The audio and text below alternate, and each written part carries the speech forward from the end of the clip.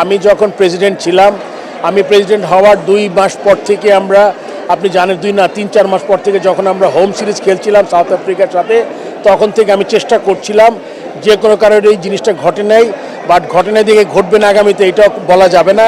অবশ্যই একটা সম্ভাবনা আছে।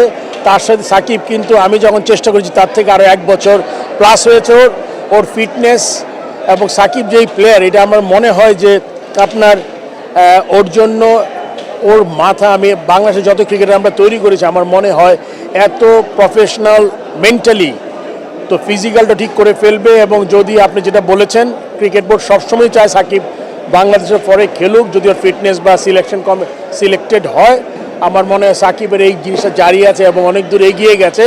আমার মনে হয় এটা আপনারা খুব শীঘ্রই একটা হয়তো সংবাদ পাবেন। বাট আবার একটা কথা বলে রাখি, ক্রিকেট বোর্ডের জন্য যতটুকু পার্ট সাকিবের ফিটনেস দেখে তাকে সিলেক্ট করা ক্রিকেট বোর্ডের পার্ট, বাট তার অন্য যে জিনিসগুলো আছে এটা ক্রিকেট বোর্ডের হাতে নেই।